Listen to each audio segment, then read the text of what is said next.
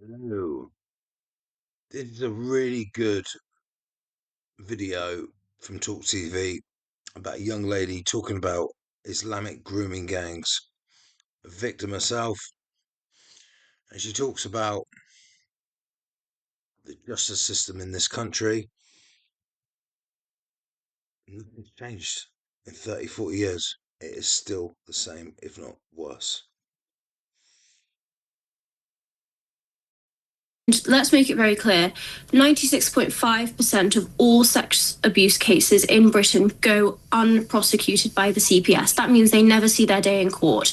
My cases, along with thousands of other little girls in Telford, Rochdale, Rotherham, Oldham, Banbury, countless towns and cities across the UK, never had their day in court and never saw their abusers brought to justice, whether by Pakistani Muslim grooming gangs in the 80s or Pakistani Muslim grooming gangs in the 2010s or 2020s.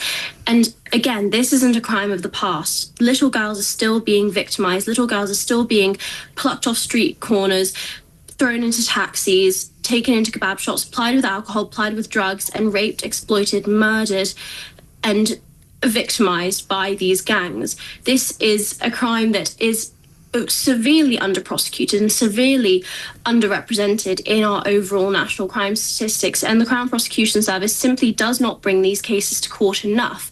So for people to be saying that, oh yes, well, things have gotten better, sentencing has gotten better, if sentencing was better, then a convicted Pakistani Muslim rape gang member wouldn't be allowed to see his child and be released early from prison. A Pakistani Muslim rape gang member wouldn't have the Home Office request for deportation denied on account of him being a family man. They wouldn't be able to still roam the streets, to still victimize their victims and then go back and operate again in the same towns and cities. This is not a Britain where justice thrives. This is Britain where the justice system is still as broken as it was 30 years ago. Yeah. And a lot of the councils in many of these towns are run by people who are known to the Pakistani Muslim rape gangs, and people who, in fact, in some cases have even been part of that. And so what I'm interested in is the inquiry into what those people did, the aiding and abetting that went on, the covering up that went on, because despite what John Rentoul may be saying about many people now have been sent to jail as a result of their activities, yes, that's true, but as you say, many haven't. But also nobody has been prosecuted, it seems to me, either in the police or in local councils, for obstructing justice.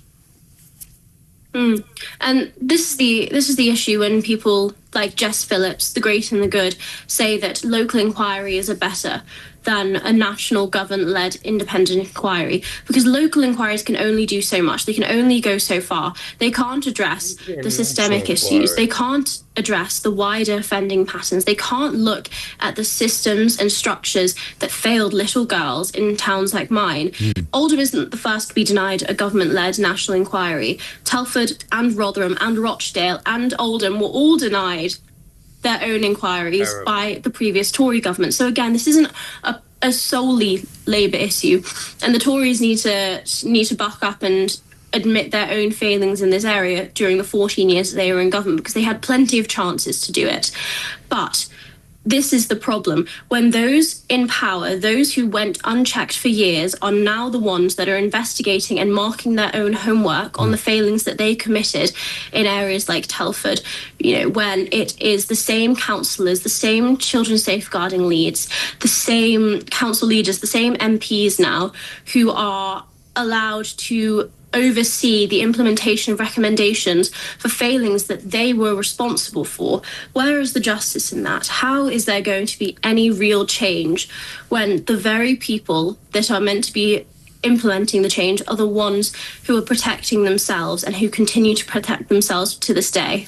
Do you think Jess Phillips is frightened of what reaction she might get from her voters and her largely Muslim voting base in her constituency?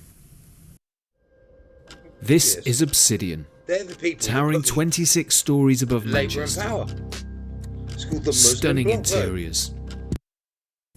I think there is clearly a political motivation behind many of the actions that Labour take. Let's make no mistake about it. And I don't want to to obviously make that leap. I think that it is something that, as the safeguarding minister, she ought to be taking far more decisive action on, and the hypocrisy of her previous statements and her assurances to victims and saying that she's going to protect victims of sexual abuse and posturing herself as this champion for women and girls while turning her back on little girls who have been raped by Pakistani Muslim grooming gangs. It is no secret that those in power, police, social services, government, local councils, teachers, etc., turn their backs on victims of child sexual exploitation due to race tensions. It was said in the Telford report, the independent inquiry into child sexual exploitation Telford, that, for example, police failed in their most basic duty to protect girls against Pakistani Muslim rape gangs, and that this was due to, quote-unquote, nervousness about race, aka those in power didn't prosecute perpetrators. They didn't go after the Pakistani Muslim men responsible for raping little girls up and down our country because they were scared that they were going to get called racist. And it doesn't surprise me that the Labour Party, with a very large Muslim voting base, a very large Pakistani, British voting base, are refusing to, for example, back policies to ban first cousin marriage, to refuse to address directly the issue of inbreeding in the Pakistani British community, to refuse a government-led inquiry into CSE in their area. It is just symptomatic of a problem that has been highlighted across all of the independent inquiries. And that's why when you begin to connect the dots, you see the pattern that Labour-led areas and the Labour-led government are trying to hide, the pattern of complicity and silence and quite frankly, failure. Exactly right. And when you see that we now have a House of Commons with people in it who are representative of some of those areas, one particular individual, you might remember, who got up to defend first cousins marrying each other in his community and said it was quite often a way of stabilising their lives. Yes, it's this sort of rhetoric is being popularised. We are entering an era of populism, especially in the Labour Party, where the will of the majority is kind of like momentum on steroids, in my opinion. This idea that the most vocal and aggressive and, I suppose, hateful minority opinion is able to control the majority narrative because everyone is so cowed in fear of being branded racist.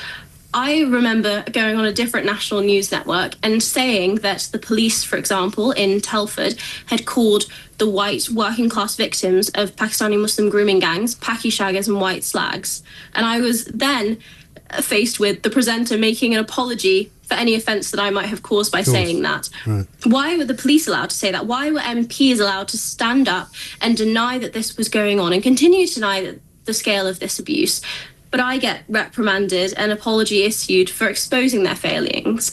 It's absolutely reprehensible that this is the continued approach in the mainstream media, that we are in a position where even today we are not allowed to speak basic facts about the demographics of this crime. We're not allowed to say that it's a rape gang. We're not allowed to say that it's British Pakistani Muslim men.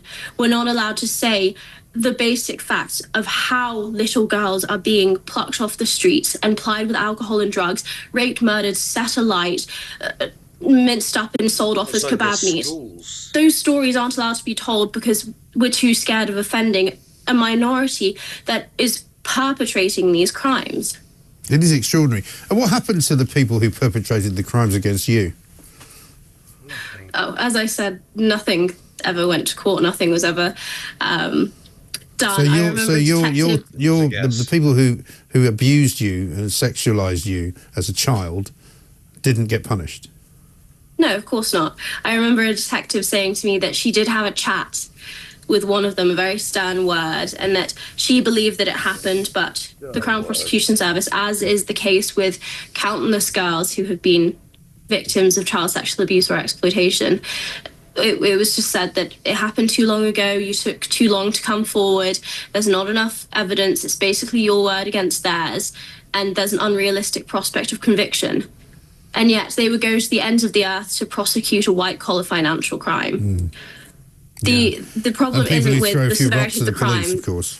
Exactly. It's the class of the victims. Yeah, shocking. Well, Samantha, listen, I really appreciate you coming on. We won't ask you to apologise. There's no need. We should. Thank you, Samantha Smith. Wonderful, wonderful young lady. Really, really sad, and not a surprise that her perpetrators weren't prosecuted. What a surprise. This needs to stop. Hit that subscribe button for me, hit the like button, and share away.